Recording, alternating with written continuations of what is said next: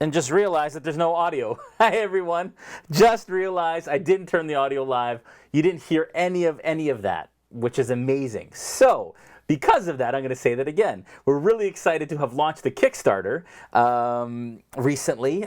We funded in 48 hours, which we're really excited about, and we're about halfway, we're about double almost, 200% of our initial goal. We've unlocked one stretch goal. We're on our way to our second stretch goal. We understand if you can't back, if money's tight and all of that kind of stuff, but if you can, share it. If you want to check it out, it's at www.realmsmith.tv. This is Nolzur's Marvelous Tutorials. We are painting the Bulette, which we're very excited about. This is an awesome, awesome miniature with these great clear effects here that we're going to use to paint kind of a dust cloud in there. We're going to go back just for 1 sec here. The tools list, we'll need the Bulette, as I mentioned before, without audio, with some brushes and a water pot, some paper towel, and a palette. And then, of course, all the paints here from Vallejo.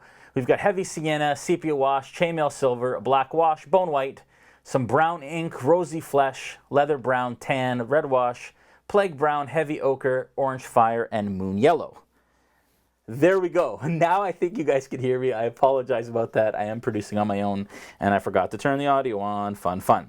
So what we're gonna do first is we're base coating the skin. So all of this leathery skin around here with some heavy ochre. And as I'm base coating, I'm gonna show you guys our Kickstarter video that we're really excited about. Check that out. It's a short 5 to 7 minute video, somewhere around there, and then we'll be right back to continue. Hi everyone, I'm Joel Auger, and this is Jason Azevedo. And we are just two of the partners in a company called RealmSmith who deliver amazing, immersive experiences for your Dungeons & Dragons tabletop gameplay every single month. Every month. Every month. Like all 12. All year long. So you might ask why we would kickstart this whole thing. In its current state, RealmSmith has been operating for, a year and a half, basically doing what we love to do and offering these boxes and shipping these boxes out. And we've learned a lot of lessons. But we've basically gone as far as we can on our own and with the resources that we've had up to this point. We want to take this to the next level. We want to make it better. We wanted to make it the best that it could possibly be. We really do want more people to find out about what we're doing, and Kickstarter obviously is a central place for a whole bunch of gamers. Yeah. We've seen countless tabletop games come to fruition through Kickstarter, a bunch of D&D based projects come to life. This is our first ever Kickstarter, and we're super pumped about being part of that community. In addition to that, we really believe that we're breaking Kickstarter with this new packaging campaign. What we've been doing for the last year and a half is mailing out an adventure box. Basically what that is it's a series of 6 boxes within an adventure that carry along a campaign throughout all of it. They're shipped in this black mailer here that you see, and it includes everything that you see at the table here. Over the last year and a half, we've built some relationships with some awesome partners, and we'll show you some of the products from those partners that we have in each of our boxes. The first is the Fat Dragon Games Papercraft. Basically, we have the Shattered Shield Tavern here that the first module takes place in. We have some WizKids minis, of course. We've got Kale, the bartender here. That is actually a Reaper mini. WizKids minis, we have a Dancing Girl. We have Violet, the maid who plays a huge part in the first module, no spoilers. We also have scented candles. This is the Blazing Hearth candle. We actually create these here in Toronto with a local artisan. And this smells like a fireplace. We have the Shattered Shield Tavern mug, which is part of the actual first module that you give to your players as part of the story. Every box comes with a module that we've written, which actually has cues of when to light the candle and when to play certain sound sets and moods and sounds from our Sirenscape custom sound sets that we've put together, as well as a hand-drawn map of the Shattered Shield Tavern. Our idea for these modules is pick up and play. The purpose of our boxes is to allow the DM who's busy, who has a life, who has children, who has a family, to literally sit down and play as quickly as possible with as little barrier to entry as possible. That's so beautiful. So with that, we should introduce our new boxes.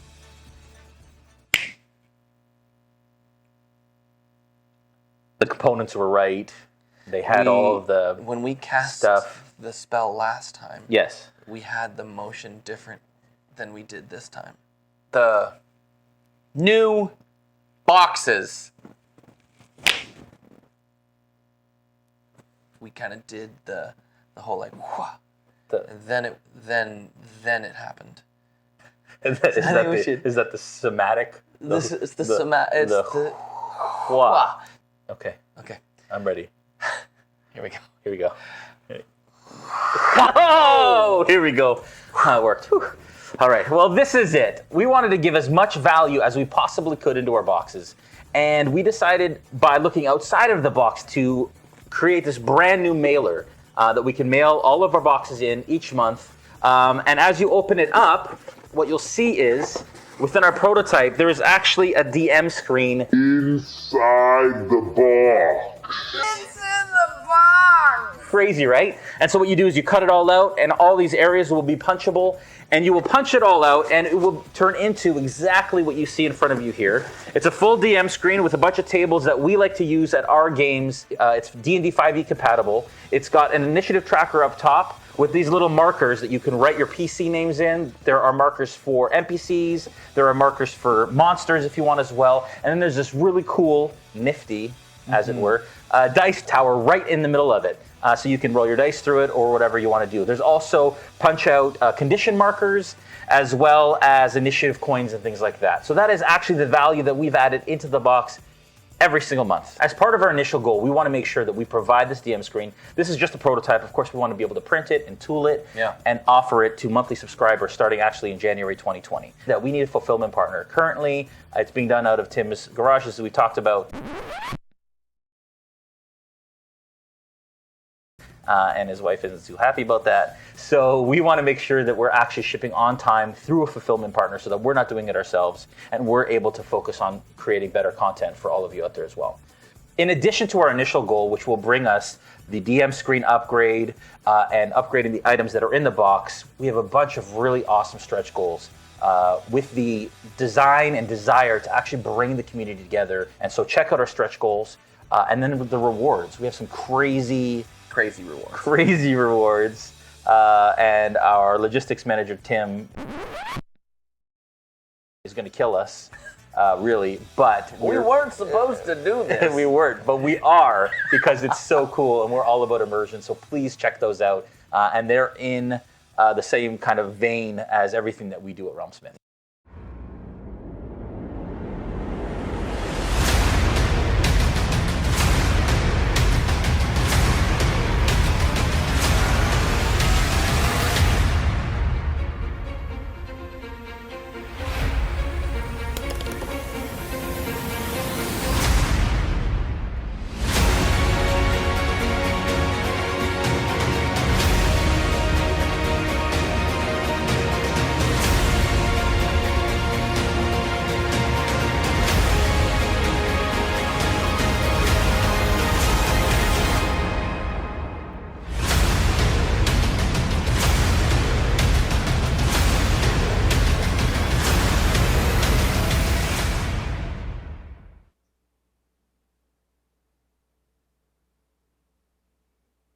Oh, hello there. Welcome back.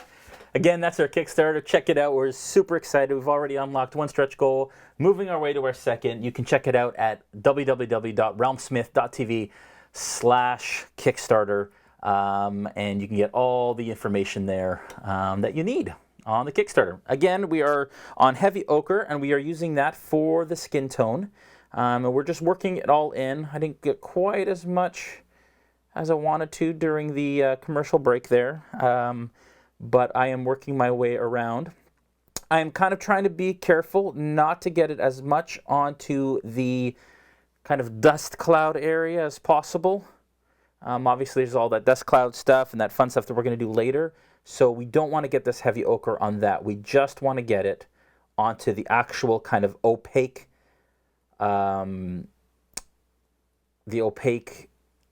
primed areas, that's what I wanted to say, of the miniature as we go through here. We're also going to do the underbelly, because I imagine the underbelly is kind of like a hard shell, but it's not the metallic shell that you see on the rest of the back of the Bulette and all the armor that it has on the back of it. So we're just going to continue to cover this in heavy ochre. If you guys have any questions, comments, thoughts, examples of the way that you did things for yourselves on your Bulette miniature that you have, please sound off.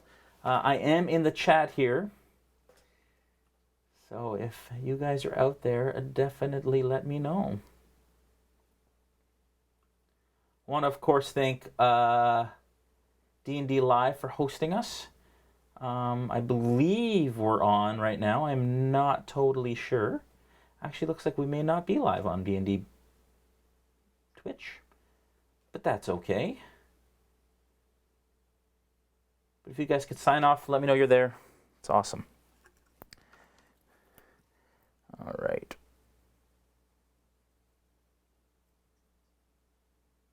I'm actually going to take out the monster manual and look up the Bulette here just for a sec, just to get some color reference. This is not the dungeon. That is not the monster's manual. That is the DM's guide. That is the player's handbook. That is the monster manual. Too many source books. All right, let's see. Bulette. This is where my alphabets come in handy. All the alphabets I learned early in my life. All right, there it is, Bulette. Okay, so you can see here, it's got kind of like this metallic back, and then this kind of leathery underskin sort of area. So all these plates on the back, into the mouth a little bit on the top, that's all kind of metal, but it looks like it blends. I kind of like that, actually. So that's what we're going to go for here, I think.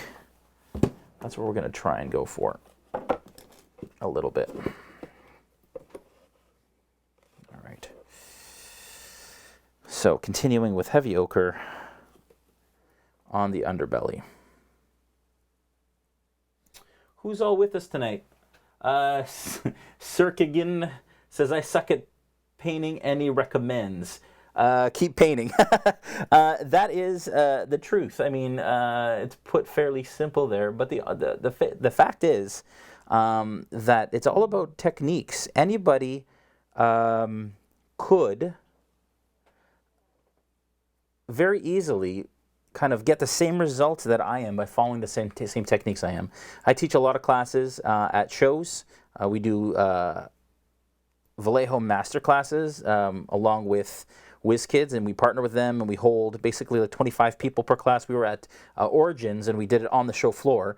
And what I found was, the amazing thing is that no matter if we had people who it was their first time painting ever, or they had been painting for years and years and years, it was amazing how similar the result that they got from our painting classes was, and that just by following the techniques and the things that we were teaching them, using the colors and the colors examples and selections, that they were getting pretty similar results. So it isn't necessarily all about how much you've painted and if you suck at it or whatever. I don't practice paint. All I did was take chances and just paint as much as I could. I watched a lot of tutorials early on. Oh my goodness, I had no idea the Bulette comes out. Look at that. That is way easier. I'm probably going to glue them in later because there's no reason to have a Bulette kind of with no feet moving around in my game world, but that is great. All right. That is going to be way easier to paint them without that dust cloud obscuring the base, and now I can get in and around the... Good job, WizKids. Well done. Way to think of us painters here, trying to paint in all the crevices. Pretty brilliant. Okay.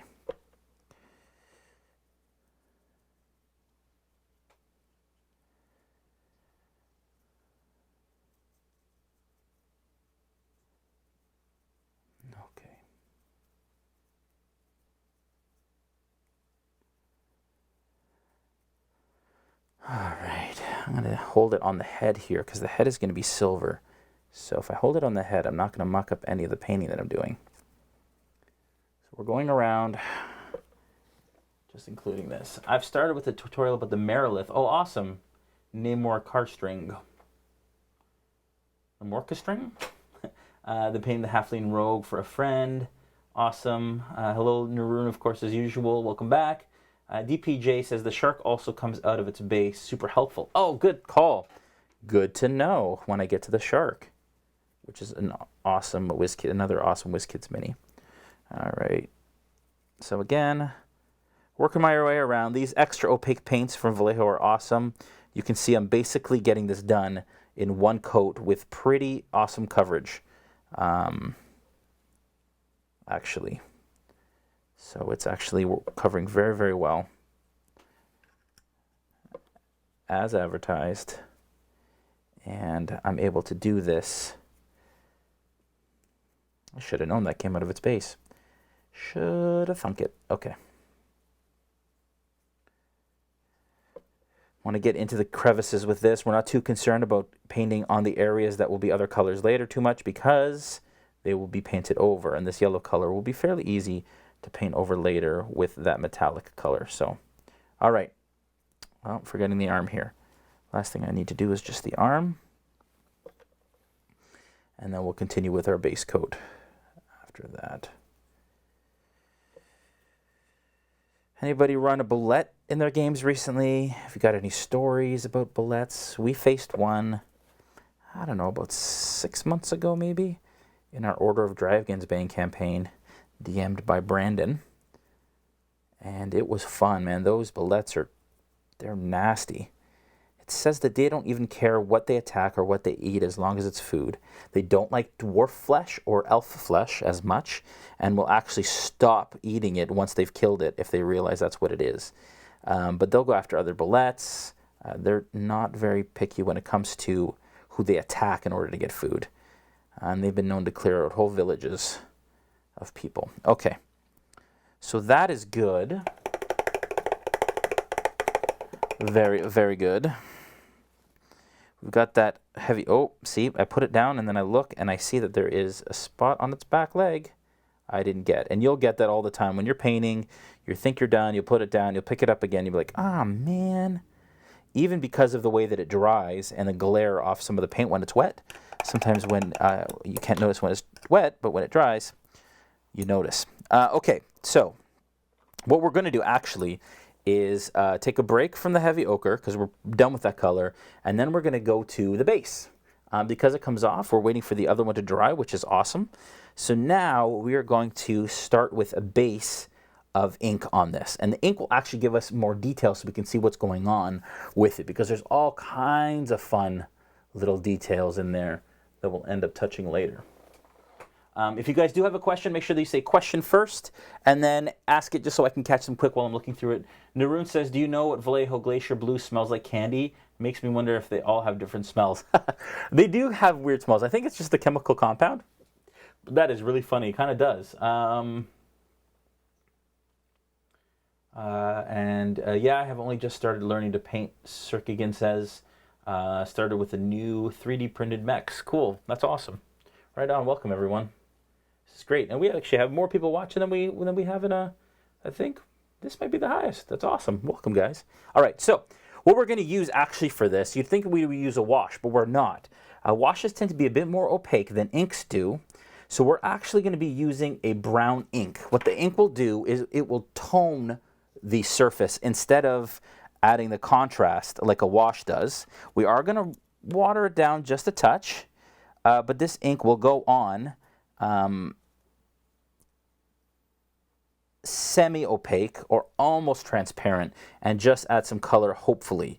That's the idea. So we're going to go around here and we're just going to brush this ink on all of the dusty area. Actually, we're going to cover the whole base in this because what we'll do after is we'll go back around and we will paint in the areas that need to be painted in and so on. So I am just going to work all of this all over. You can see already it's kind of bringing out those details. And then we'll probably use some washes to differentiate kind of the dirt from the dust and all that kind of stuff. But this is the first step.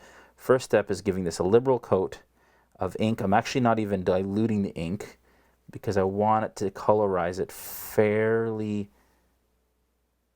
strongly. And it's funny because these little pebbles in here actually make it look like bubbles, but they're not. They're actually like stones that are being flung out from the ground as the bulette explodes from the ground. It's very cool.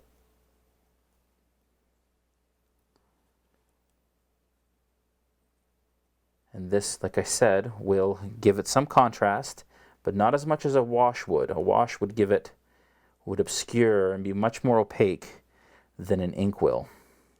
And we don't want that. We want transparency, translucency. We want to be able to see through it slightly, just like you would a dust cloud.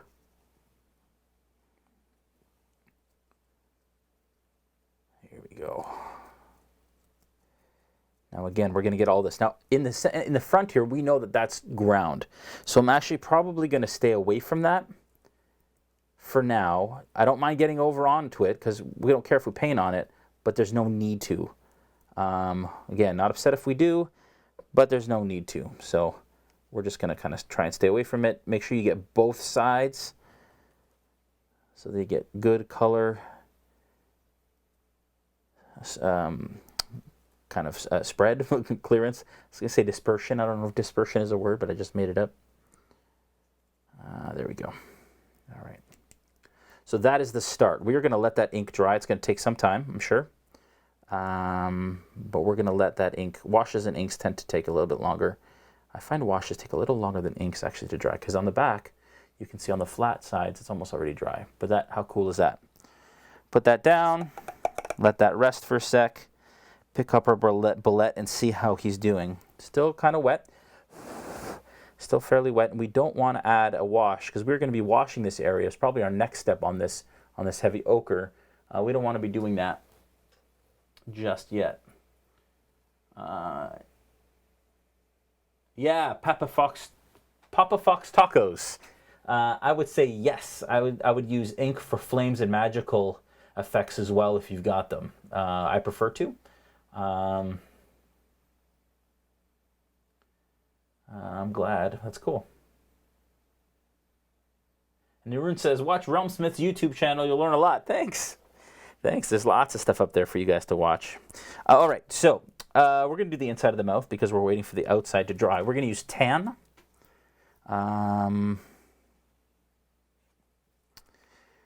And with tan will be the base coat of the inside of the mouth. This tan color is a bit of a fleshy color, which is nice. And we're just going to basically paint this into the roof of the mouth, like so.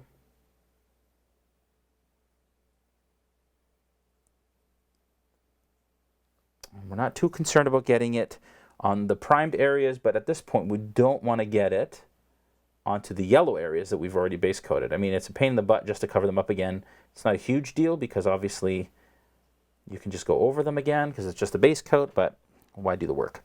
Then I'm going to come in. I'm also going to paint the little space beside the mouth here, kind of in the crease, and the crease of the mouth over here too. Also going to do that. And that is all we're going to use tan for. Now, we're going to let that dry as well because we will also be adding a wash to that. And then I should probably be highlighting it with Rosy Flesh first, and then we'll be using a wash. While we're waiting again for that heavy ochre to dry, because it's still drying. Actually, you know what? I missed a little bit of the tail here. Again, once it dries and that glossiness of the wet paint goes away, you tend to see some more of the places that you missed. So I'm going to go back in. No, I'll go back in. I am going to bring on the chainmail silver. Chainmail silver is what we'll be using for the back carapace. And Bulette, it seems like there's metal actually on the outside, which obviously makes them the monstrosities that they are. They believe that they were conjured by magic, or by some arcane means. Sages believe that it says that the bulette is a result of a mad wizard's experiments at crossbreeding snapping turtles and armadillos, with infusions of demon ichor. Crazy. Okay. So just go through here.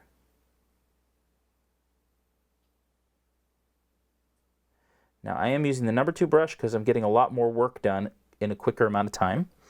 I don't need my detail brush for this. In fact, we'll probably not be using the detail brush for much, except for the eyes, which we'll get to probably last, I imagine. But that depends on how things are drying. So, again, I want to stay away from the heavy ochre areas that are still wet. As much as possible, you don't want to kind of mix these colors, because then they kind of blend and it just becomes muddy and a mess. And the chainmail silver is a little wet there. I had added a bit too much water, diluted a bit too much, but it's okay because the washes that we're adding will seep into that crevice and we'll cover that up real nicely. Let's get a close-up if we can here. There we go. So I'm covering all of these metal plates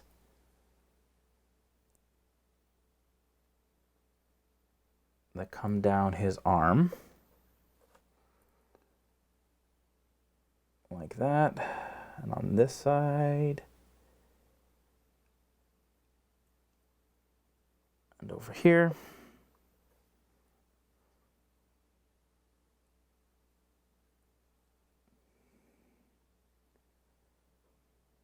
All right.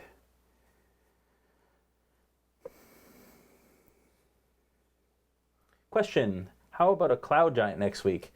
Haha, DPJ, that's hilarious because last week, I had some guests in the studio actually last week. I am not using tan anymore. I am now using chainmail silver. I am really bad with this switching of the color thing. Last week I had Nora Ibrahim from Have Dice Will Travel, an upcoming stream, which we're very excited about, and John Kowaleski from Monster Fight Club in the studio, and we were painting the young white dragon, and I had asked what people want to see next, and Cloud Giant was the clear winner. So I think for next week, we will paint the Cloud Giant, I think. And that's the unpainted Nolzur's Marvelous Minis Cloud Giant by WizKids. So there you go, DPJ. We will absolutely be doing a Cloud Giant, starting a Cloud Giant next week. Now, I did the Frost Giant. You can see the VOD of that, of the Harshenegg model, on our YouTube and on the D&D official YouTube channel. All 3 parts are up on our YouTube channel, and all 3 parts should be going up on the D&D channel. I was slow getting it to them, so that is my bad. But they should be up there soon, but they definitely are on our YouTube channel, so you can check out all 3 parts of that Frost Giant tutorial. We wanted to make sure we took time on that model. It's a really big model.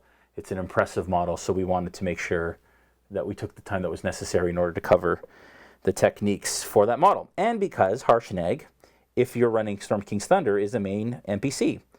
And so, you know, I typically say with all of these models, especially with creatures that you're not going to see very often, especially the epic ones like dragons and stuff, you know, with D&D models, your players are only going to see them every once in a while. You're not going to play them every session, unless, of course, they're an NPC or a main character.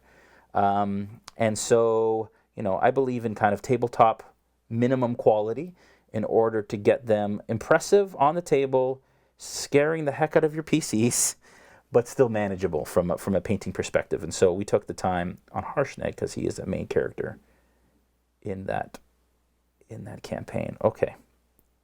And we're just finishing up Storm King's Thunder in our Sentinels of the Storm Camp live stream, which you can also catch parts of on our YouTube. Okay, so what I'm going to do here is to blend in this chainmail silver and the heavy ochre in this image from the Monsters Manual. It kind of blends naturally, so I'm just going to stipple it a little bit.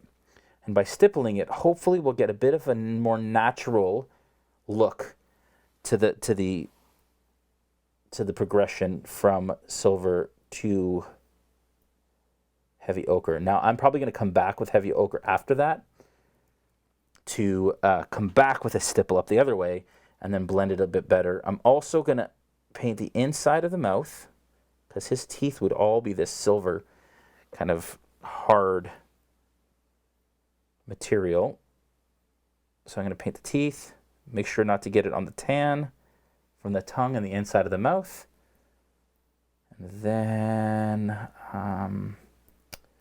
I've also been seeing a lot of minis that people are painting based on our tutorials. And I love seeing that. So folks, if you do that, if you're painting stuff that that you've learned from our tutorials, please post them, tag us in it. I'd love to see them. And it's always so humbling and so wonderful to see what you guys are able to come up with. All right, almost done with this chainmail silver, I think. I'm trying to get all the plates. I don't want to do the stomach plates in this metal. I don't think it would be armored on the bottom like that. I just think it would have the metal on the back, but you guys can sound off in the comments and tell me what you think.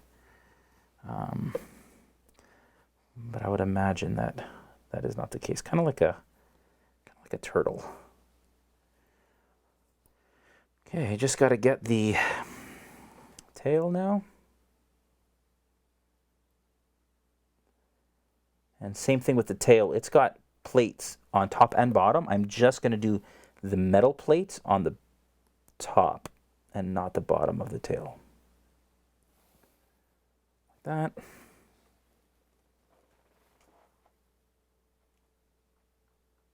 Jack says, I followed along with the Frost Giant and learned a lot. Very impressed with how mine is turning out. Thanks for comment on Instagram. No problem, Jack. I saw it. It was awesome, buddy. I love how the Frost Giant turned out. Probably one of my favorite minis. Thanks, Mikey. I just hope to be able to do half as well as this is looking. I'm telling you, Circagan, I'm always so horrible. Sorry if I butcher your names, folks. All your handles on Twitch. They didn't call them handles anymore. Usernames, tags. I don't know what they call them. I'm getting old, folks. But you know, follow the simple techniques, and I'm telling you, it will absolutely help you get the result that you're looking for, even if you're a brand new painter. I promise you.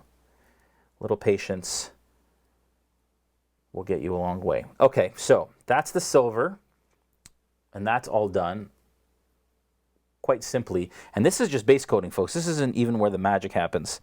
I am going to base coat the claws. Now the claws, I am doing the metal color. It appears in a lot of the reference that I've seen for Bulettes that they have these metal claws that kind of match their carapace. I am going to do that for this one, but I'm probably going to have to come back up and touch them because these kind of tips, you'll see on tips like fingers or swords and things like that, when you're painting, they tend to rub off a little bit through the process. So, but we'll probably be able to affect that or clean that up in the highlighting process a little later on. So let's just get in here. Claws are almost done. Again, make sure you guys follow us on all the socials and all the platforms. YouTube, we're youtube.com/RealmSmith, as well as Twitch, which you're watching us on now, or you're on the D&D Twitch, either one. And then on all the socials, Facebook, Instagram, and Twitter, at RealmSmith TV. That's TV as in television. All right, so I've got all the metal done.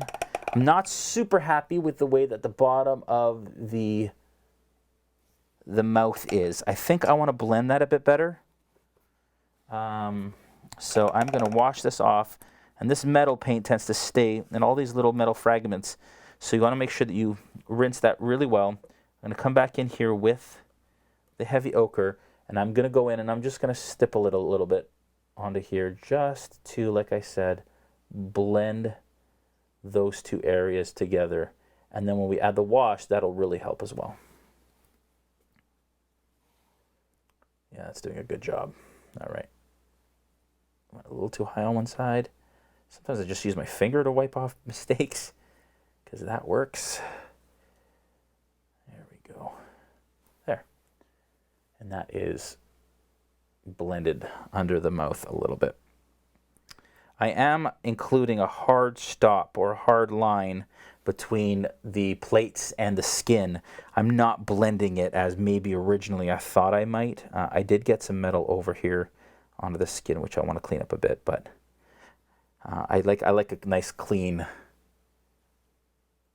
break.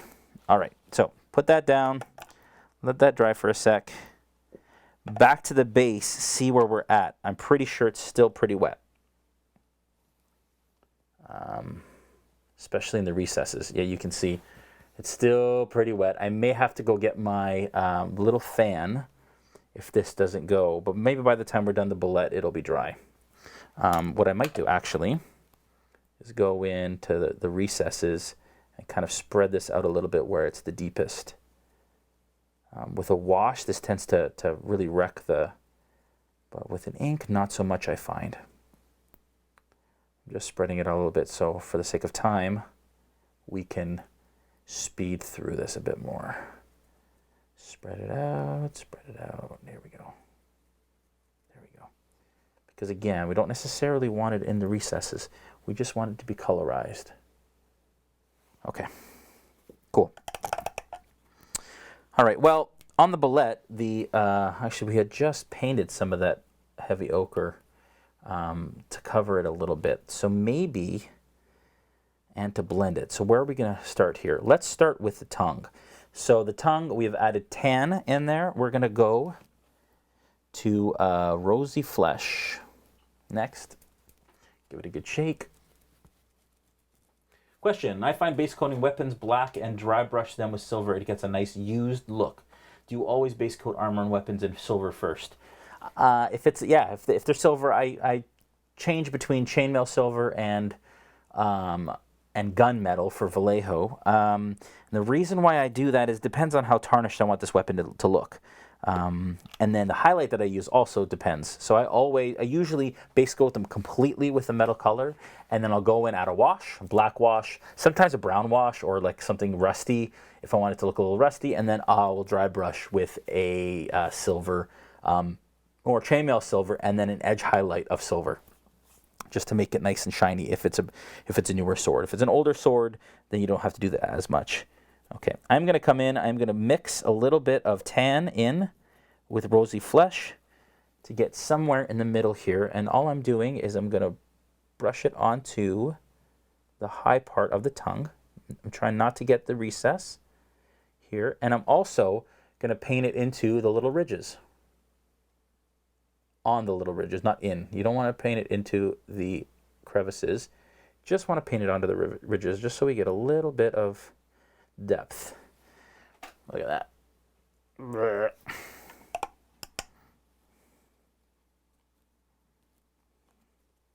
Okay. I don't have my little fan. Now, at this point, we're going to mix a little bit more. Actually, we're going to go probably almost full rosy flesh with just a touch of tan in it, just a touch. And I'm going to come around on the edge and just paint that onto the tongue. Again, just building up those highlights. We're not going to touch the roof of the mouth anymore. And then with 100% rosy flesh, I'll come in just in the middle of that area. And you can see how we've blended a really nice kind of tongue texture into that.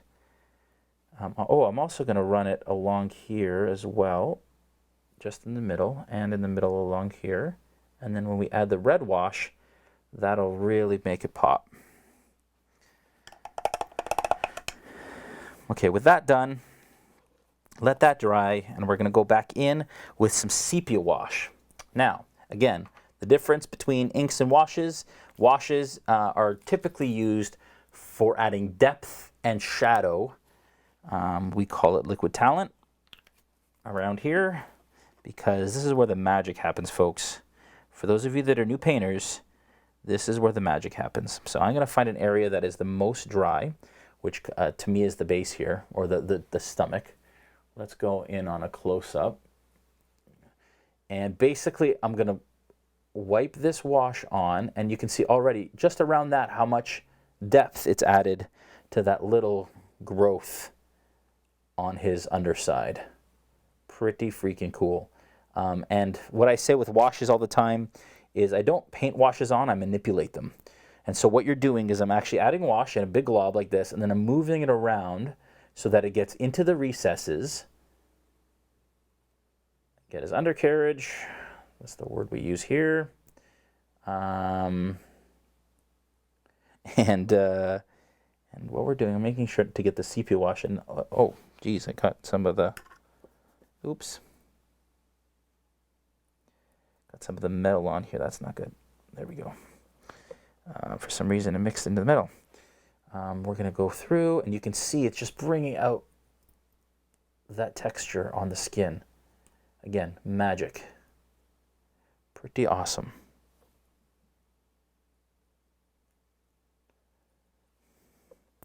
I'm just going to continue to do that all around the miniature on the fleshy areas that we've already painted with the heavy ochre.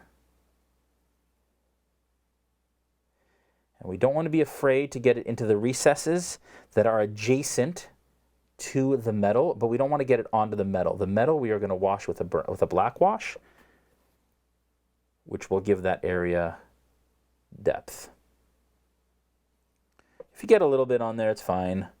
It is a dirty creature. Like here, it's kind of seeping into the claws. Not too worried about that. Another question here. I hear the term dry brush. What is that? Oh, we will get there, my friend. We will get there very soon. I will absolutely demonstrate some dry brushing on this miniature.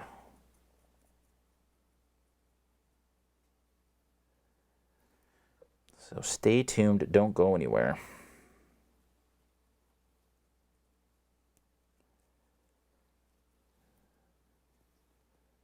Okay, I'm going to back out a little bit here because I keep going off camera. There we go. Still using the sepia wash, still working our way around, making sure to get all of the crevices in that skin. You can see how much is coming to life already just with the work that we're doing with this wash here. I'm actually running out of wash. Need to add a little bit more. And this dust cloud on the base is drying fairly well here. So we may be able to go onto it after this. We'll see. You are seeing how I'm holding this miniature. The metal on here is going to unfortunately come off a little bit, but we'll probably end up just washing it anyways and then just touching it up afterwards. Now, after the fact, we don't usually show this on the stream, and I don't really talk about it as much, but after the fact, because they'll be handled on the table by players, we want to make sure that we protect the miniatures so that they have longevity, and so that you're not touching them up every couple months because paint is flaking off them. So what I do is I use a Vallejo lacquer. It's a spray lacquer or a brush lacquer. For him, I may use brush just because it's a lot easier.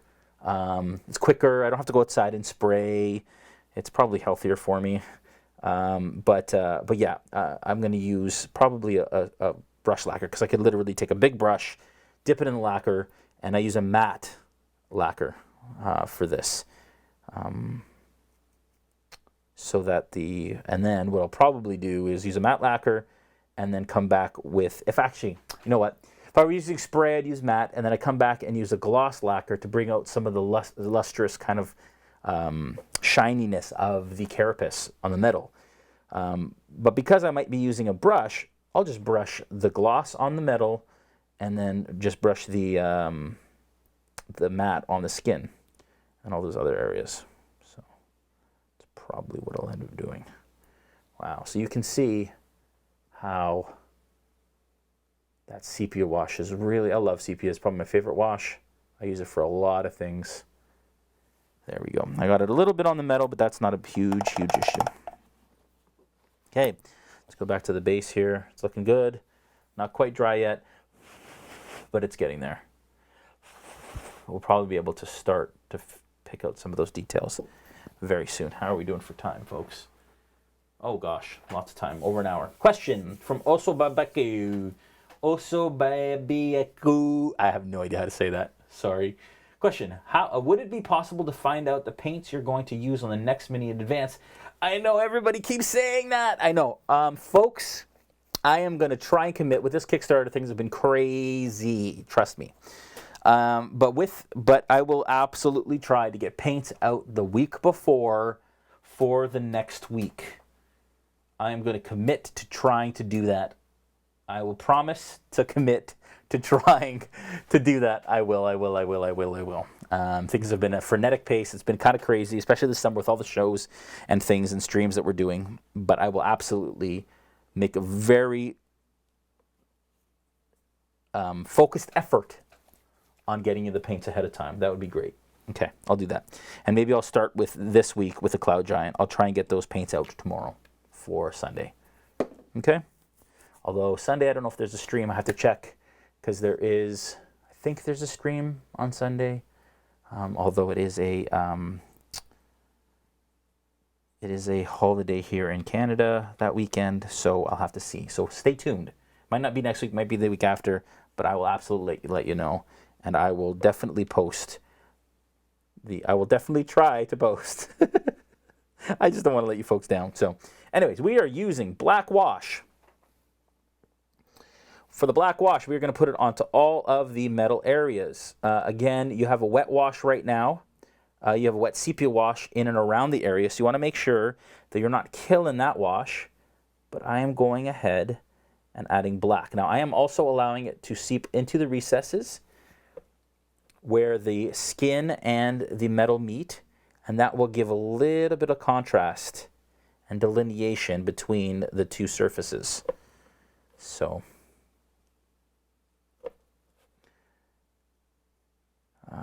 here we go. We don't want to go too heavy with this because, again, washes take a long time to dry. So if we actually want to finish this, which we will, no questions, I think we'll finish this in time. Then, there we go. Look at this. Haha! It's working quite nicely, actually. Black wash is my second favorite wash in the Vallejo line. Like I said, sepia being my first. And this will give all kinds of contrast to the carapace. It'll bring out all the details. I'm going to dilute a little bit for the head, just because I want it to be nice and smooth. Get it done on the shoulder plates.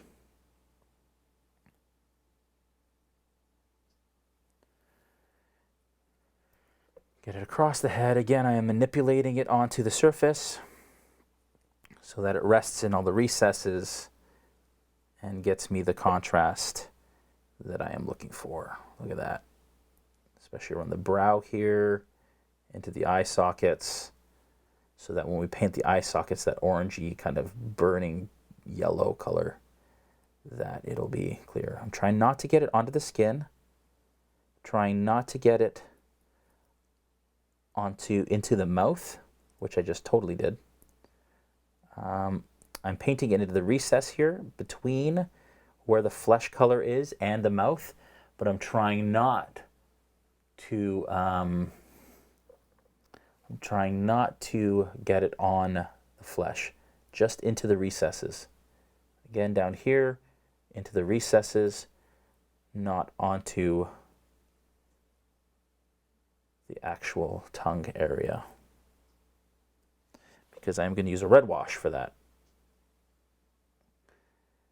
So just being careful. I got a little bit of spray onto the tongue there. Oh well. Left over from his last meal.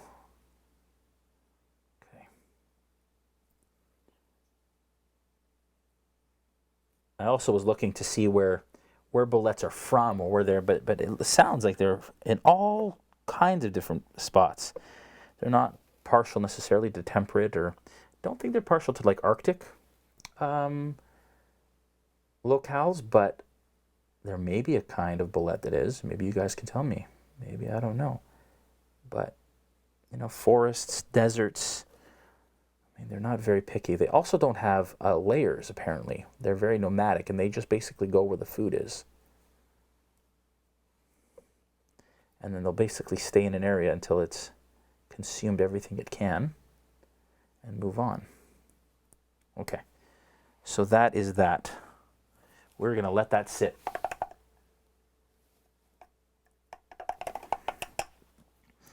That Bulette carapace is going to take a little while to dry there.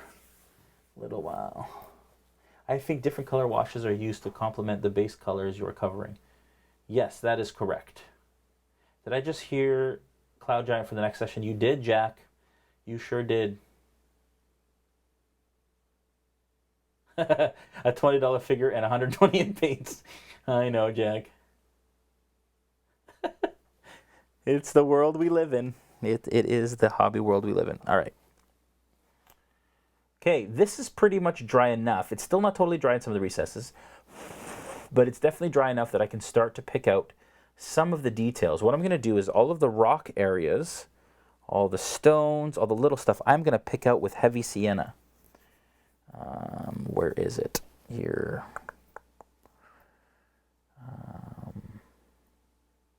There it is there, and there it is there. Heavy sienna is another one of my favorites. It's one of my favorite paints in the Vallejo line.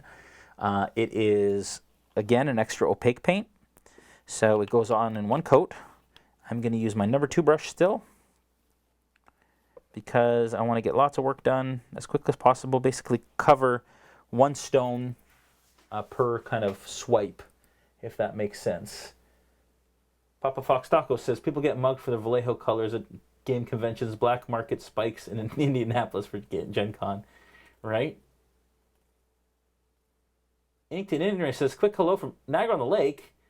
I didn't know you were. Are you from Niagara, Inked? I thought you were from. Anyways, I love Niagara on the Lake. I was just there. I was in Niagara yesterday. Okay, so I'm going to go in. This is going to take a little while because there's lots of them. But basically, I'm going in and filling in all of these stones so that they look opaque from the outside. Now there's a lot of paint going on here. I don't want that. It's a little too wet. Sop it up a little bit. Like that. There we go.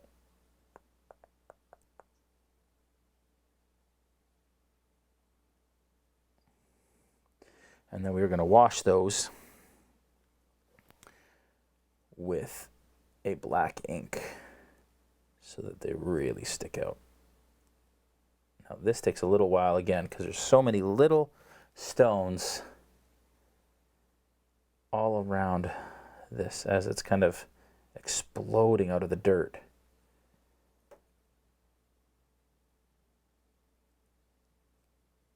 It's a very cool mini.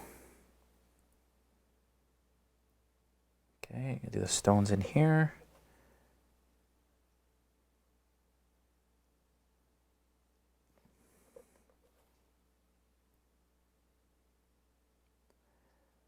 Like that.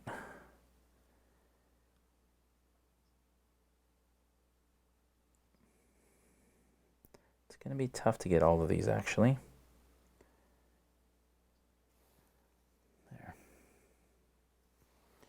Got most of them, I think. And then I am going to dry brush this with a lighter color. Maybe leather brown, I think, is probably what I'm going to do. I'm also going to go in and I am going to base coat this whole front area with heavy sienna. And then we're going to wash that with a black wash. This whole front area is just like dirt, just ground. So, like that.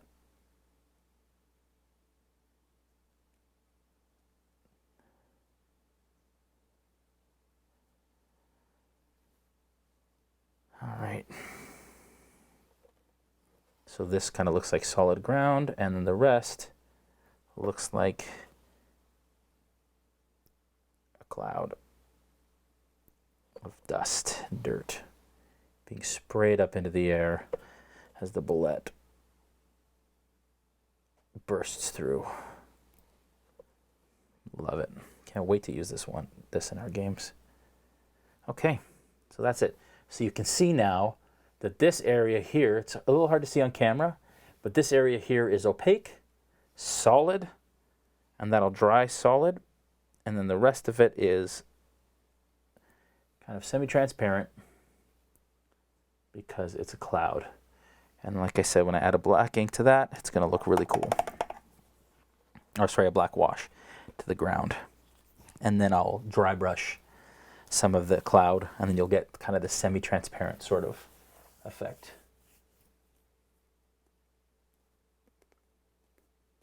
All right. How close in quality is Army Painter paint to what you use? That is a loaded question, Circa Gigan. I've actually not used a lot of Army Painter color paint. I've used their spray primers, which are good. Other colored primers. For me, the thing I love about Vallejo is that Vallejo is a family-based company owned in Spain, and all of their paint is formulated on site in Spain by people that I like and I trust, and the paint is consistent for me anyways, and the quality for me is a next to none. And I don't just say that because they're my partner. I chose them as a partner for that reason, because I really love the paint and the quality and the detail and the love that goes into the formulating of their paints. So, you know, there are a lot of really great paint companies out there, a lot of really great product to choose from. And Army Painter is good quality, it's good paint, but for me, nothing compares to the Vallejo stuff. And not only that, but the range is so vast, and especially when it comes to like the, you'll see in the Frost Giant, they have like a snow effect that I use on the base and stuff. Super, super cool. So, yeah, and so there's a couple things. Naroon has said he finds Vallejo to cover really well, and they're easy to paint with. That is true. So my paint in my palette, you'll see that even the first paint that we used, the heavy ochre, is still a little wet in the palette. I could actually still go and I can use it. So I find the Vallejo actually stays wet in the palette longer, which is good for me for blending and for coming back to colors if you want to kind of touch it up. So that's important to me, and that's a definite bonus or benefit to Vallejo paint. Dropper bottles, of course, which most of the competition has. Shelf life's about 4 years or so. And yeah, the blending is just the way it goes on. The extra opaque paints are awesome. So yeah, that's just my choice. Okay, we're going to go in here and we are going to add a wash to the inside of the mouth. Shake this up. Add some wash to the palette. The red wash for Vallejo is a little pink, actually. It's not a super strong red wash, which I like for this application. I think it's also because it needs to be shaken. There we go. Now I can feel it really moving. There we go. Get some more pigment in there. All right. So we're going to go into red wash here. And I'm going to take some of that red wash and I'm going to brush it into the mouth. And it's just going to give it a bit of a tone. Give it some depth, like I said. And there we go. And make it a bit more of a natural kind of color.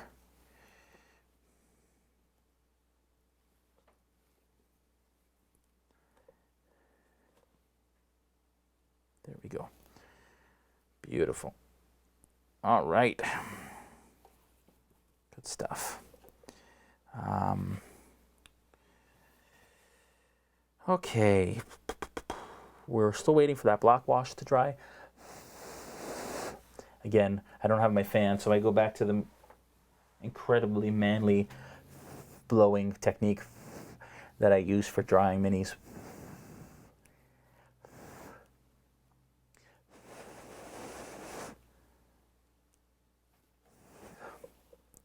I think I'm going to add a little bit of sepia to this red wash, actually, because it's not quite as, there we go, not quite as dark as I want it to. And that's, I like to paint, I don't practice this stuff or like, you know, test it or whatever beforehand. I actually just pick the colors based on what I think will look good. And then I like to solve some of these problems on stream so that you guys can see kind of my thought process through things, and what I do to kind of like solve problems on the fly as well. I'm going to go back to this a little bit. As this is a drawing, I'm seeing that this is a little translucent here. So I'm just going to go back in with the heavy sienna, sorry, and just cover that up a bit more. There we go.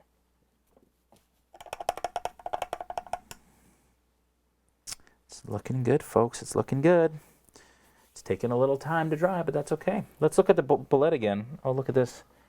The best thing is how I get little sprays of paint on my monster manual. You should see my dragon pages. They're just all full of sprays, but that it just adds character. We got a question from Papa Fox Tacos. I think it's my favorite name today.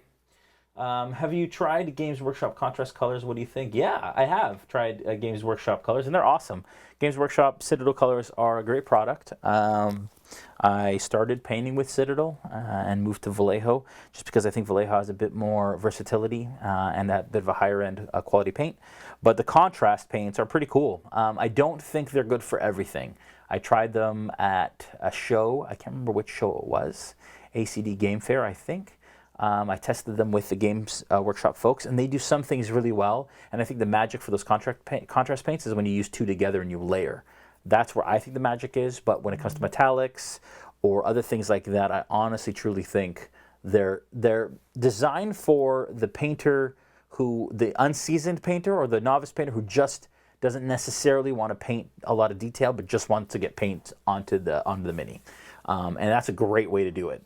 Contrast paints are quick, they're easy to use, paint them on, basically like washes, liquid talent, good to go, whole army painted, but not great, in my opinion, for all situations, for sure. And that's my personal opinion. Hopefully that answers your question, Papa Fox Tacos. All right.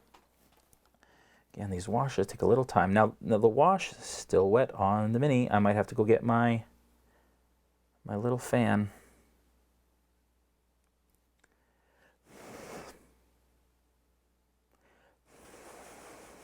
Because we're going to be here a while if I have to do this the whole time.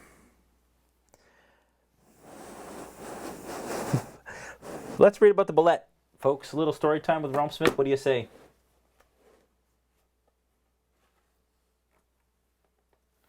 All right. What do we want to find out? Underground hunters. Bulettes use their powerful claws to tunnel through the earth when they hunt, heedless of obstruction. They uproot trees, cause landslides and loose slopes, and leave sinkholes behind them. When vibrations in soil and rock alert a Bulette to movement, it shoots to the surface, its jaws spread wide as it attacks. These things are crazy. Let's look at the stats here for a second. We've got Armor Class 17, which is pretty hefty. 94 hit points. It's a Challenge 5, which is actually good for the characters in some of our campaigns right now. It's got a +6 perception, which is pretty high, which is good because of the tremor sense. It's got tremor sense up to 60 feet. And the standing leap is crazy. The Bulette's long jump is up to 30 feet, and its high jump is up to 15 with or without a running start. Cool. It bites for 4d12 points of damage. That's crazy. +4. And Deadly Leap. If the Bulette jumps at least 15 feet as part of its movement, it can use this action to land on its feet in a space that contains one or more other creatures. Each of those creatures must succeed on a DC 16 strength saving throw or dexterity, or be knocked prone and take 14 bludgeoning damage plus slashing damage. It's pretty tough on a party of 5th level characters. On a successful save, the creature takes only half the damage. Wow, if it isn't knocked prone and is pushed 5 feet out of the Bulette's space into an unoccupied space. These are 19 strength. These things are vicious. Look at this little guy, though. Come on now. Look how cute he is. Nasty. It's nasty is what it is. Okay. Still waiting on this to dry. It's kind of cool and humid down here today. That's also probably part of the reason. This inky part up top is actually fairly dry, so I think I'm going to start to dry brush that. I'm going to use leather brown for my first dry brush. I think. It is a lighter browny color. Now again, dry brushing, for those of you that asked, I think somebody asked, Sarah Kagan asked, so just dipping our dry brush. So basically you're going to load your brush. You don't want to load your brush past the ferrule. The ferrule is the metal part. That will muck up your brush. There's no better way to ruin a brush than to get that all full of paint. So you want to try and not get paint up there. Then you want to get the paint, and against kind of logic, you want to wipe most of it off. And basically what you're doing is you're taking most of it off, so all that is existing on that brush is a dry residue. And then you are going to lightly brush that dry residue over the surface of the thing that you're painting. Again, seems a little counterintuitive, but basically what this does is it highlights the highest areas of the miniature. You can see what's happening already. It's basically depositing dry paint onto the highest areas and adding a natural highlights. So the wash is used for adding shadows, and dry brushing is used for adding highlights. Now what I did there, if you noticed, is the dry brush that I was using, I wasn't depositing enough paint on the surface for my liking, so then I brushed a little bit less off on the paper towel, and then I'm basically now doing a bit more of a heavier handed dry brush instead, because I wanted to get a bit more going than I was getting. But there we go, and this is just basically getting the edges and the tips. And there's no better way to ruin a brush than to dry brush with it. So make sure you're using a brush that you don't care about too much, but you're still getting that translucency through the cloud, which is kind of the intention here. Okay, so we've used leather brown there. Now we're going to shift up to plague brown, which is lighter than leather brown. Take some of that plague brown. Again, same thing. Now, with that plague brown, we're going to be dry brushing a little higher. So, we're not going to go down as far, and we're just going to do almost the tip. So basically like a third of the way down on all these kind of spiky explosion pieces here. We're just going to go about a third of the way down because we just want to get the tips. Just trying to kind of like get where the light would shine or hit on those tips. Just a little bit. Not necessarily the bottom, just doing a little bit along the bottom, but mostly along these. And when you're dry brushing, you want to go against the grain, not with the grain, because you don't want, and what that means is you don't want to go along this, you don't want to go along this detail, for example, because then you'll get paint inside where the ink has done its work. You want to go across it, the ridges, so that you're getting the detail and not obscuring it. One last thing we're going to do here is we're going to use bone white.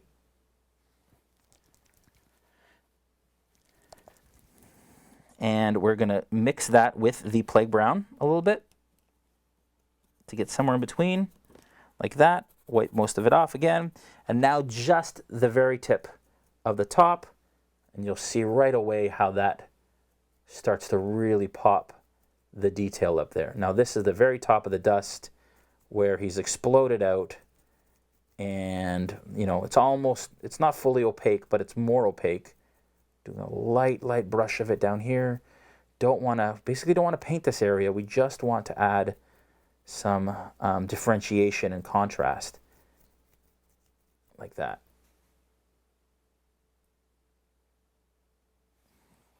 It's looking fairly cool here. Like that. Then, finally, for that, I'm going to use just bone white and dry brush the very tips. This is, folks, I'm just being very, very careful, very gingerly, just on the very tip of that exploding kind of texture. Boom. And there we have it. We've got a dust cloud that he's exploding out of. And there we go. Now, when this base is completely dry, we're going to add a black wash there to add some depth to the base and separate it from the rest of the exploding cloud. And then we will dry brush that as well to give it a little bit of thing. Naroon asked how my rib is doing. I fractured a rib a week ago, today. 2 weeks ago today. And it sucked. I did it on a slip and slide. I don't know if you guys know what a slip and slide is, but you like jump down, and instead of like doing it like a 40-year-old should, where you put your elbows and your knees down first and then go. No, I Supermaned it, hit my rib, fractured number 6 over here, but it's good. Pain medication is great when you need it, and I need it, so it's good. So thank you, Naroon. I really appreciate you checking up on me here. That's awesome. Okay, back to the Bulette itself. He is looking fairly good. That black ink is still drying, but the sepia is mostly dried. It's just wet in some of the recesses. So we're going to go and take some of that plague brown that we already have on our palette. We're going to wipe some of it off again, and we are going to now dry brush this area. Again, what we're trying to do is just catch the higher areas. We're doing an all-over dry brush of this plague brown because it's not a lot different than the ochre. It's going to be very subtle when you do this. But you're basically just bringing out some of that detail again that may have been obscured by the wash. So, like that. Just doing an all-over dry brush because, you know, when you add that wash, it tends to get a little bit muddy in areas. So there we go. Then I'm going to go in pretty hard with bone white. But for the bone white, what I'm going to do is I'm going to focus on the highest points where the light would hit. For example, let's get a close up here. For example, on the ridge of his paw or arm, I'm just going to get in around here because that's where the light would hit. Another example, his haunches, because they're closest to the top, just going to get it around here. The edge of his armor here and on his leg coming down is just going to get some of that bone white on there. On this side, same thing. Haunches, that area back here, elbow, kind of edge of the hand, like that. And then his stomach is going to get a really light dry brush of this. And then I think I'm going to go in and actually brush in some of that detail on those flat areas. Dry brushing doesn't work so much on areas that don't have texture.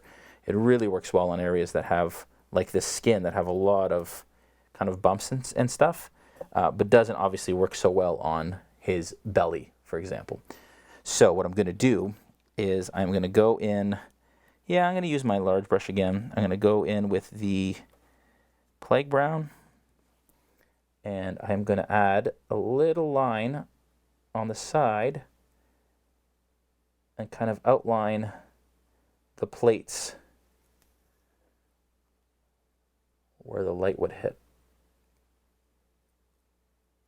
On the sides, like that. I'm going to go back to plague brown over here. I keep forgetting to change that thing. It's like the worst. Then mix a little of that plague brown with some bleach bone. Again, smaller area of highlight. Add a little highlight to the growths. He's got to get those checked out. On his carapace here.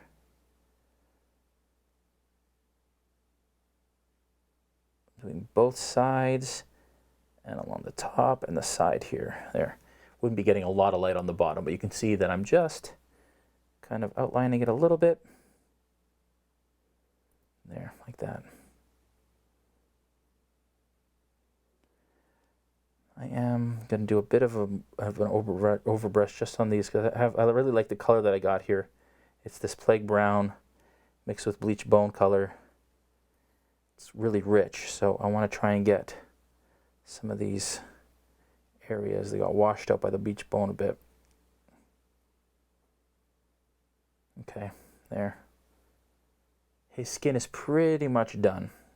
I would call it done. Again, these miniatures need to look good at like a foot to 2 feet away from you. You don't need to get super close into, or you know, the detail doesn't have to be all that great. I'm not gonna, for me anyways, I'm not gonna be entering these into any contest or anything like that. These are just for my players at my table. Just enough for the holy crap moment. There's a bulette, and it's done. It's served its purpose. Okay, we're gonna have to wait for that black wash a little bit longer to dry, because before we dry brush that, I will add the black wash on the base though. So go in. I used up all my black wash pretty much, so I'm just gonna add a bit more. I'm gonna dilute it just a touch and go through and just gonna brush this on. Now what this will do again is we're adding shadow onto this base. The areas that I painted heavy sienna, that is supposed to be a solid ground, it's gonna further push that into the solid ground territory, and it's gonna delineate that from the dust cloud that is rising above it.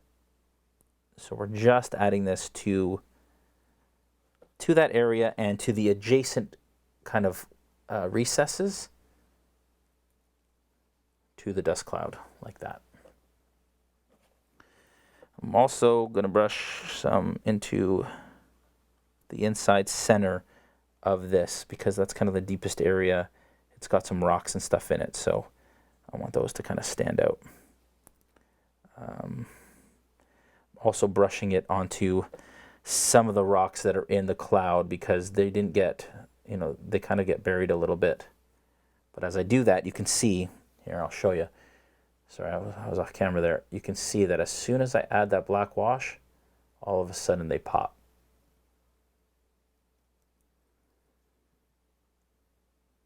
Pop really nicely. Okay. There we go. Okay, we're gonna let that dry again. And then eventually I will super glue this to the black base that came with it because I like to finish it off with a black base for me.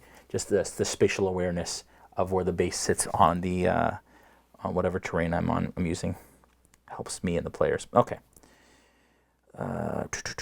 Because I've dry brushed that, I might be able to put him back in here now. Do I want to do that yet? Look at that. That is a bulette exploding out of the ground. It's looking pretty good.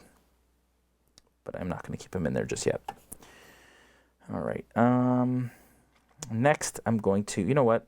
Even though it's a little wet in areas, I'm going to gingerly dry brush this.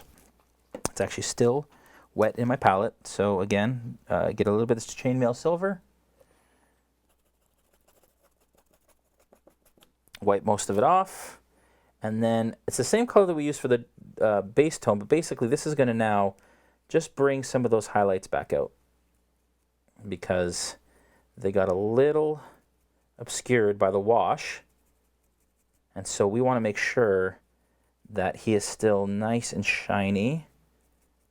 And washes tend to be matte, just so you know. So they will take some of the sheen off of glossy or shiny paints, metallic paints. So I'm just going back in here with that color to try and bring out some of that again. The teeth, make sure not to get the tongue. And then we're actually going to go in, so that's looking better. And then we're actually going to go in and I'm going to use, now in consideration, I probably would have switched to silver, pure silver, to highlight the edges of his carapace, if I had thought about it, but I didn't. I have not yet used my detail brush, as you can tell. So, some people love to use small brushes. You don't need them. In fact, you'll usually, well, sometimes you need them, but you don't need them as much as you think you do in some cases. Okay, so I'm basically with chainmail silver. I'm going to go around and highlight the edges, not the recesses, just the edges of his plates, just so they really pop. Right down the middle here, along the top of his head in the areas. There we go.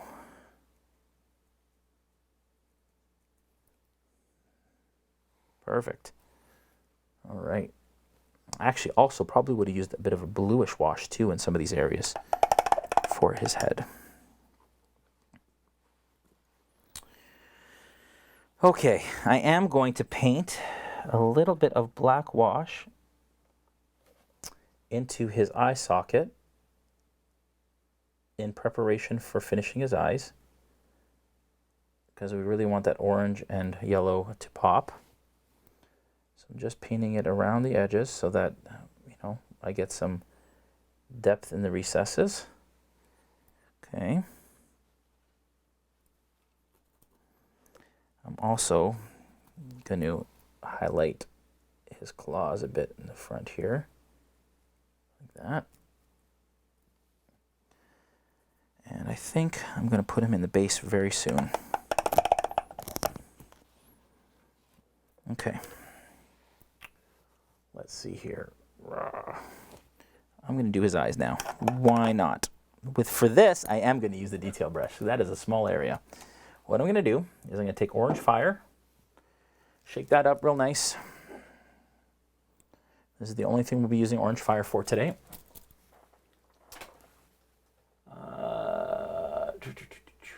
I haven't been looking at the questions here, folks. Sorry. No questions yet. Lots of chatter. All right. A little orange fire. Onto the palette. Onto the brush. Again, careful not to load the brush up to the ferrule, the metal part. We're just going to get a little orange fire, and I'm basically just going to dot the eye. Now, just like this. Ready? Hold my breath. Like that. And on the other side, you don't really have to hold your breath. Sometimes I do, but I don't think you're supposed to. There. So basically just, these eyes are actually pretty easy. I'm using the edge, the thinnest edge of the brush, and dotting those eyes. Then once they're dotted with the orange, I'm going to come back in with moon yellow and create an even smaller dot in the middle of that.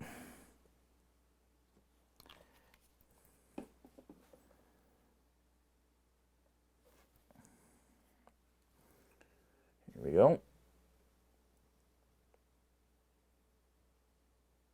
Like that. And like that. And there we go.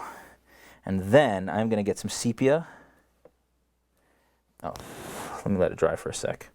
Sepia, and then I'm going to wash it, and then it's going to give it some depth.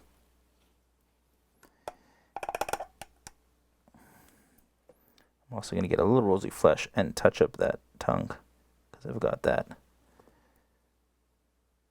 that black dot in there, but I'm going to do a little line of rosy flesh down the center of the tongue there. See how I've given it a bit more.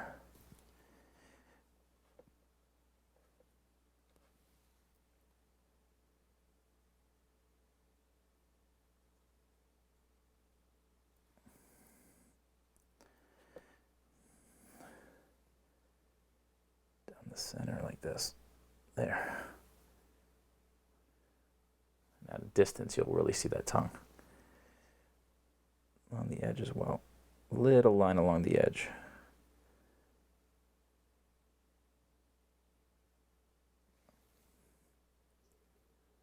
There we go.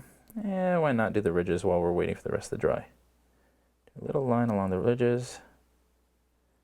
Just kind of picking them out. Oh, not even seeing on camera. There we go. Okay. Actually, while I'm at it, with this detail brush, I'm going to hit the ridges on the sides too.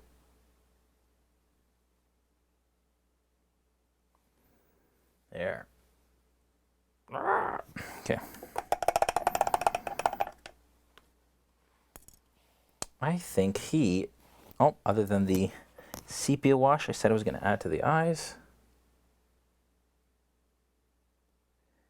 Now you don't want to obscure the nice work you did, but you can see that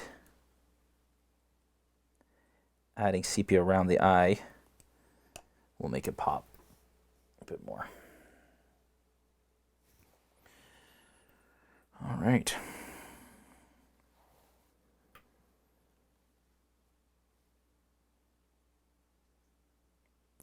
What I will do is I'm actually going to cheat it a little bit now because I'm feeling like the carapace here is all kind of one tone in the front here, just kind of flat to me. If you can see here, it's just, you know, it's all just one tone here, and this may be great for most, and it would be good enough, but I think I want to add a little bit of bleached bone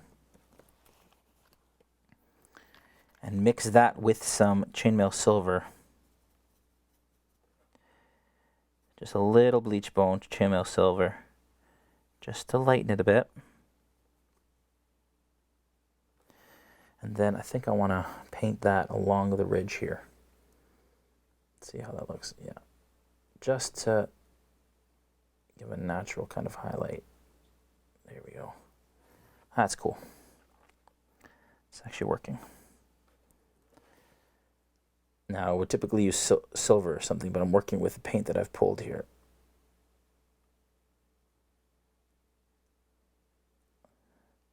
Just going to do some lines here on the head. Just trying to get a bit more kind of interest.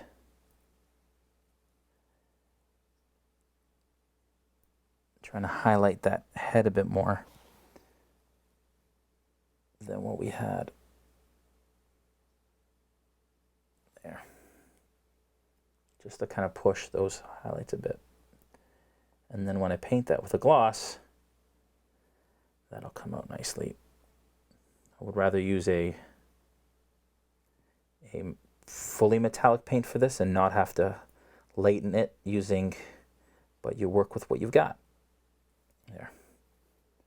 That actually made a huge difference. I'm going to do that same thing to the claws here, the center of the claws and the edge of the claws here.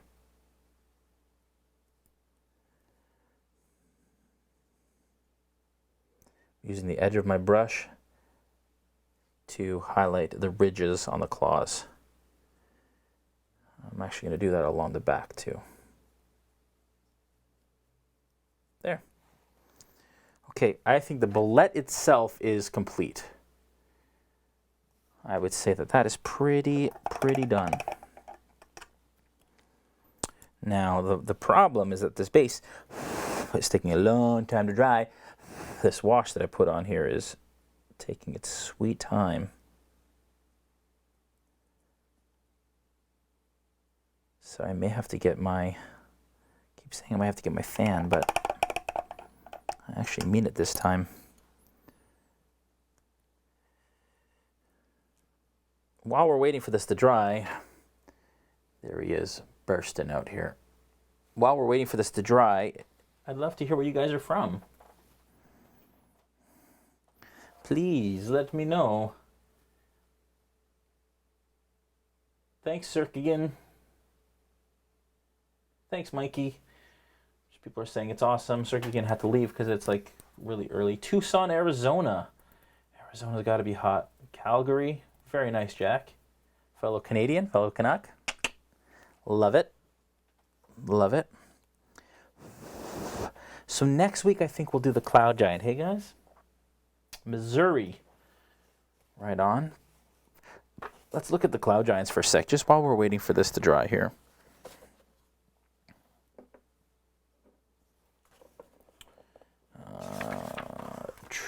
And as you guys can see, we're pretty much done in less than 2 hours. Watched a video, and it's amazing what you can do on these miniatures in a very short amount of time with the right techniques. New Jersey. Mikey, you're just over the border from me. New Hampshire. Norway, of course, Narun from Norway. And thanks, Papa Fox Taco says he'll be watching more on YouTube.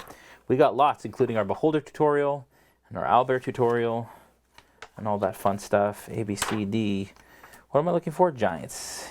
E, F, G, I believe, is what I learned in school. How about we just do this?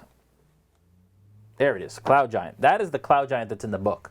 The Cloud Giant I have is the Countess Censuri, I think.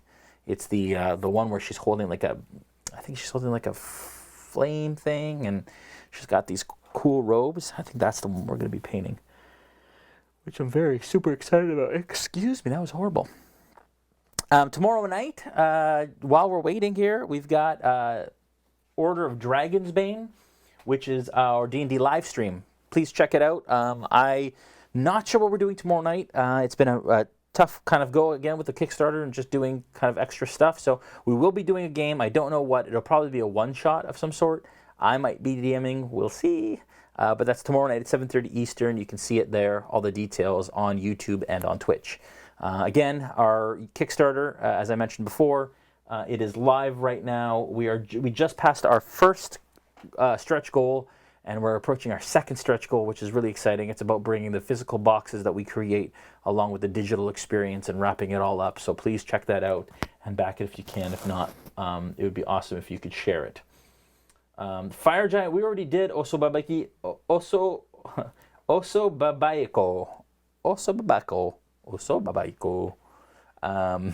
We did a Fire Giant at Origins. The video is online, I believe, on our Facebook or on our YouTube. I will let you know, and if not, I will upload it. Please remind me. But the Fire Giant is done, and it turned out actually quite nice. Mikey says he loves Toronto. Been a while since I've been, but would love to go back. Hey, Mikey, anytime, man. Let us know when you're in town. We can hang out, throw some bones. And then next week, like I said, I'll have to get back to you guys to let you know if we're doing a stream. I'm pretty sure we are, and it'll probably be the beginning of the... I'm going camping with my kids next weekend, but I will be back Sunday. So we'll probably be doing the Frost Giant. Okay, so I am going to do what I typically say not to do, which is to dry brush a wet... I'll blow it a little bit more fine.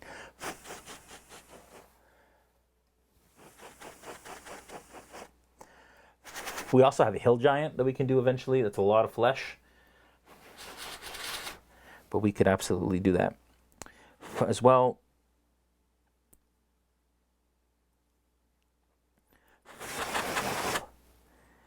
Okay, so I am going to use Leather Brown as my dry brush color on the base here. And again, I am just being careful not to get it into the recesses because it is still wet. But basically, I'm just catching the edges, the very edges of the base, just to give it a bit of interest here so that it looks like solid ground that has a bit of highlight. There.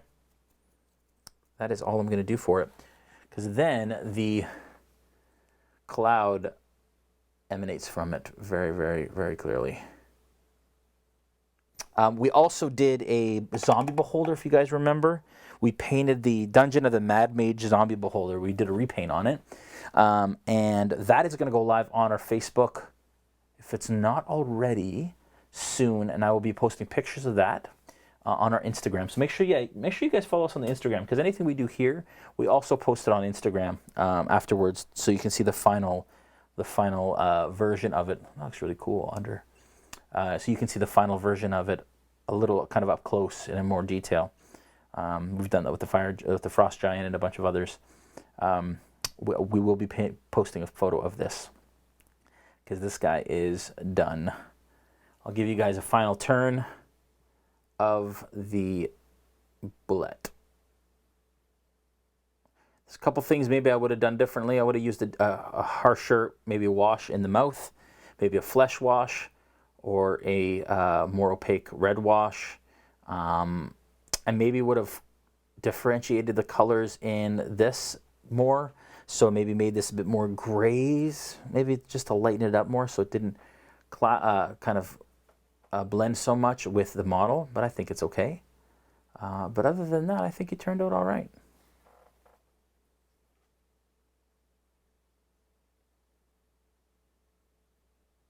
Thanks, Character Stigma says, very cool process. Love that you have book reference and description. Look forward to learning your technique. Thanks, man.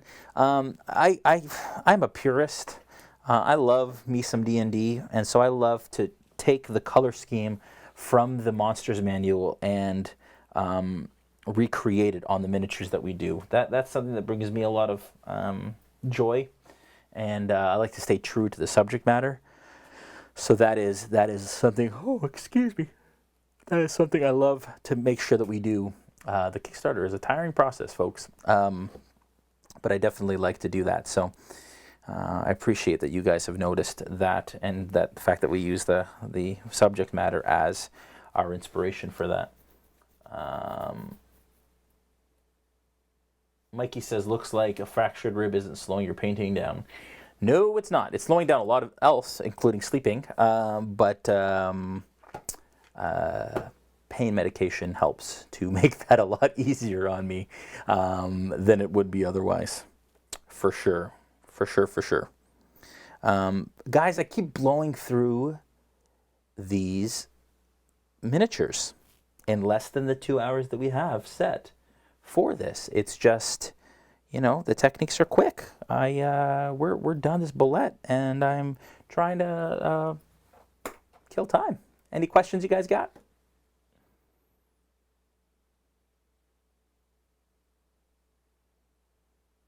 You know what? I'm going to grab a couple minis, and I can show you guys some of the other minis that we've done on the stream. That's what we'll do.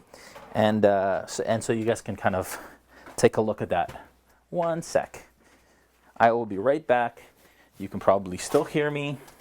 Just going to step into my office here and grab a few miniatures that we can show you guys on camera, because that's a decent way to spend some time together. Let's see, what else do I got here? I am looking for the Zombie Beholder, and I can't find it. I think it's upstairs. So we can take a look at that another time. But you guys can check that out online, like I said, on our Instagram or on the YouTubes. All the creatures. I've got all the creatures here. Okay, so first, I'll show you guys what we've been talking about kind of the whole stream, which is the Frost Giant. This is the Frost Giant we did a number of weeks ago. And we did some OSL lighting effects for the magical, I forget what it's called, Gert's Great Axe. But this is our Harshnag / Frost Giant miniature that we did. We took 3 sessions on this. This was a longer one, kind of an advanced masterclass of sorts. But you can see the awesome Vallejo snow effects on the base with some tufts of grass. Even got some snow effects on the grass. And I think he turned out pretty awesome. So you guys can check that out. All 3 parts are on our YouTube. That is one. The next one is the last week we did the White Dragon. Mine turned out a little bit more blue than I wanted. I went a bit heavy on the blue wash before I finished it up, but I think it turned out okay. This is the Young White Dragon, which actually might show up in our new adventure box campaign, which is fun. And then we have the Night Hag, which we did a couple weeks ago as well. And this one is from our current adventure that we just finished, The Twisted Hand of Fate. She's featured in it. And we're very excited to for you guys to all play through that adventure. It's a lot of fun. And then finally, the Beholder. You can catch that Beholder on our stream. On our YouTube channel. It's in a number of different parts. There's a whole series. Shows you how to do all these effects, the OSL lighting, and all of that stuff as well, which we're super excited about. Anyways, that's it for us. Again, tomorrow night, check out our game, 7:30 live. Check out our Kickstarter at realmsmith.tv/Kickstarter. And then next week, we're probably going to do a Cloud Giant. Hope you guys are all well. I'm going to leave you with the Kickstarter ad. You guys can watch it again and check it out. Thanks, guys. See you next week. Hi everyone, I'm Joel Auger, and this is Jason Azevedo. And we are just two of the partners in a company called RealmSmith who deliver amazing, immersive experiences for your Dungeons & Dragons tabletop gameplay every single month. Every month. Every month. Like all 12. All year long. So you might ask why we would kickstart this whole thing. In its current state, RealmSmith has been operating for a year and a half, basically doing what we love to do and offering these boxes and shipping these boxes out. And we've learned a lot of lessons. But we've basically gone as far as we can on our own and with the resources that we've had up to this point. We want to take this to the next level. We want to make it better. We wanted to make it the best that it could possibly be. We really do want more people to find out about what we're doing, and Kickstarter obviously is a central place for a whole bunch of gamers. Yeah. We've seen countless tabletop games come to fruition through Kickstarter, a bunch of D&D based projects come to life. This is our first ever Kickstarter, and we're super pumped about being part of that community. In addition to that, we really believe that we're breaking Kickstarter with this new packaging campaign. What we've been doing for the last year and a half is mailing out an adventure box. Basically what that is it's a series of 6 boxes within an adventure that carry along a campaign throughout all of it. They're shipped in this black mailer here that you see, and it includes everything that you see at the table here. Over the last year and a half, we've built some relationships with some awesome partners, and we'll show you some of the products from those partners that we have in each of our boxes. The first is the Fat Dragon Games Papercraft. Basically, we have the Shattered Shield Tavern here that the first module takes place in. We have some WizKids minis, of course. We've got Kale, the bartender here. That is actually a Reaper mini. WizKids minis, we have a Dancing Girl. We have Violet, the maid who plays a huge part in the first module, no spoilers. We also have scented candles. This is the Blazing Hearth candle. We actually create these here in Toronto with a local artisan. And this smells like a fireplace. We have the Shattered Shield Tavern mug, which is part of the actual first module that you give to your players as part of the story. Every box comes with a module that we've written, which actually has cues of when to light the candle and when to play certain sound sets and moods and sounds from our Sirenscape custom sound sets that we've put together, as well as a hand-drawn map of the Shattered Shield Tavern. Our idea for these modules is pick up and play. The purpose of our boxes is to allow the DM who's busy, who has a life, who has children, who has a family, to literally sit down and play as quickly as possible with as little barrier to entry as possible. So beautiful. So with that, we should introduce our new boxes.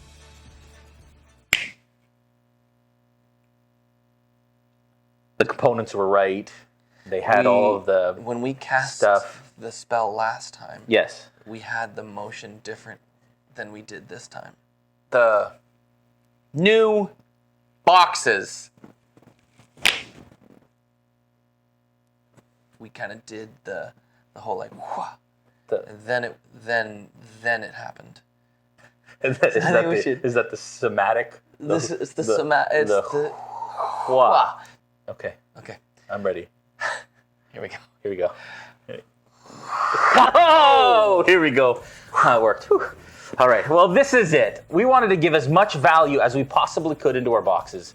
And we decided by looking outside of the box to create this brand new mailer that we can mail all of our boxes in each month. And as you open it up, what you'll see is within our prototype, there is actually a DM screen inside the box. It's in the box! crazy, right? And so what you do is you cut it all out, and all these areas will be punchable, and you will punch it all out, and it will turn into exactly what you see in front of you here. It's a full DM screen with a bunch of tables that we like to use at our games. It's D&D 5e compatible. It's got an initiative tracker up top with these little markers that you can write your PC names in. There are markers for NPCs. There are markers for monsters if you want as well. And then there's this really cool, nifty, as it were, dice tower right in the middle of it. So you can roll your dice through it or whatever you want to do. There's also punch-out condition markers as well as initiative coins and things like that. So that is actually the value that we've added into the box every single month. As part of our initial goal, we want to make sure that we provide this DM screen. This is just a prototype. Of course, we want to be able to print it and tool it and offer it to monthly subscribers starting actually in January 2020. That we need a fulfillment partner. Currently, it's being done out of Tim's garage, as we talked about.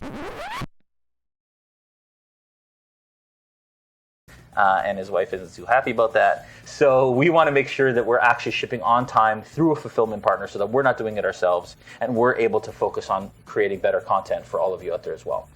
In addition to our initial goal, which will bring us the DM screen upgrade and upgrading the items that are in the box, we have a bunch of really awesome stretch goals with the design and desire to actually bring the community together. And so check out our stretch goals. And then with the rewards, we have some crazy rewards. And our logistics manager, Tim, is going to kill us, really. But we weren't supposed to do this. We weren't, but we are because it's so cool and we're all about immersion. So please check those out. And they're in the same kind of vein as everything that we do at RealmSmith.